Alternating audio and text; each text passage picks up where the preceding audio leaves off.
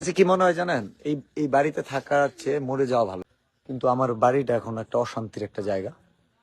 আমি এখানে শান্তি পাই না। তো এক হচ্ছে অনুপ্রেরণার একটা প্যারা। তালা মেরে দিছে বাসাটা। 3 মাসে ভাড়া কত?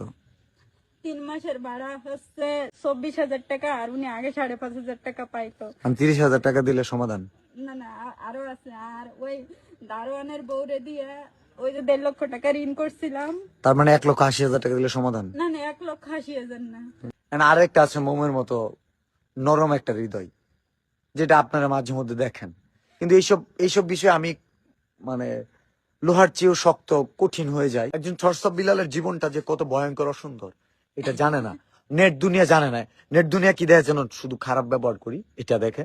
নেট দুনিয়া দেখে শুধু কার সাথে কার ব্যবহার করলাম, কিন্তু আমার সাথে যে কত কিছু হয় এইটা কেউ দেখে না। আমার কাছে কি মনে হয় জানেন, এই এই বাড়িতে থাকার চেয়ে মরে যাওয়া ভালো এখন আমার কাছে এটা মনে হয়।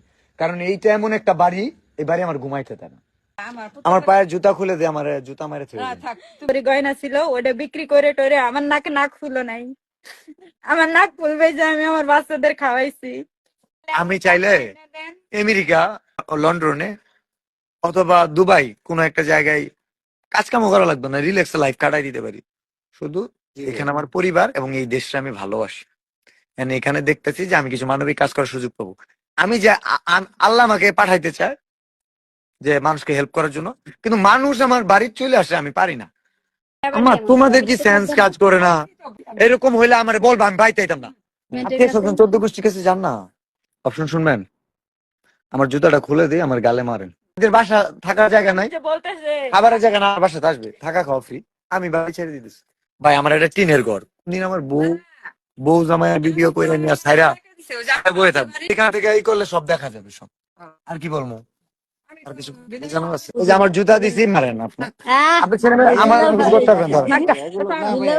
আরে ভাই মানুষকে কেমনে বুঝায় রে? কেমনে বুঝায় আর মানুষকে? কামলা নিয়ে বুঝাইও পারবো না আমি।